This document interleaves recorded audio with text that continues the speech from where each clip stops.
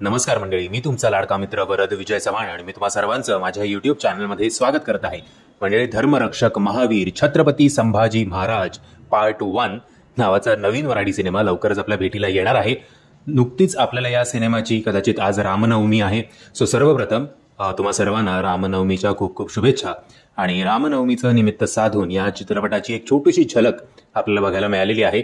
अजून या सिनेमाचं रिलीज डेट किंवा स्टारकास्ट आपल्या भेटीला की आपल्यासमोर काही आलेलं नाही आहे, बट लवकरच त्या गोष्टी सुद्धा आपल्याला कळतील. आता ज्या अर्थी पार्ट 1 लिहिलं गेलं त्या अर्थी पार्ट 2 सुद्धा किंवा ट्रिलॉजी सुद्धा असेल, यू नेव्हर नो.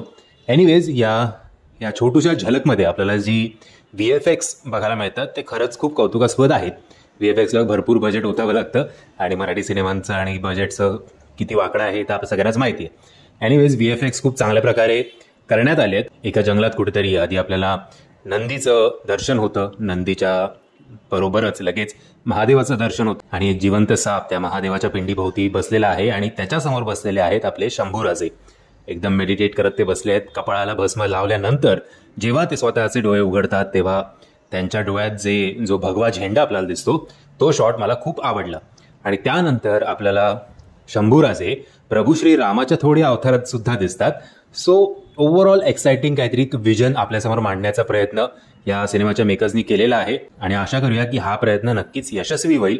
एक तर या वर्षात तसे पण 4 सिनेमे येत आहेत, म्हणजे 2 येऊन गेलेत, हा एक आणि एक विकी कौशलचा सिनेमा, असे करत 4 मराठी सिनेमे छत्रपती संभाजी महाराजांच्या अवतीभोवती येत आहेत. सो माहिती नाही प्रेक्षक सुद्धा किती वेळा रिपीट ऑडियन्स किती वेळा जाईल एकाच टॉपिकच्या सिनेमानं. बघूया, फिंगर्स क्रॉस्ड. आशा करूया की विकी कौशल किंवा बॉलिवूडच्या सिनेमापेक्षा आपले मराठी सिनेमे तरी चालवत. म्हणजे जर ही झलक, ही ग्लिम्स जर तुम्ही बघितली नसेल तर त्याची लिंक मी तुम्हाला खाली डिस्क्रिप्शन बॉक्समध्ये देतोय. मी आशा करतो तुम्हाला हा व्हिडिओ आवडला असेल. जर तुम्हाला हा व्हिडिओ आवडला असेल तर प्लीज या व्हिडिओला लाईक, शेअर आणि चॅनलला सबस्क्राईब करायला विसरू नका. जय हिंद, जय महाराष्ट्र.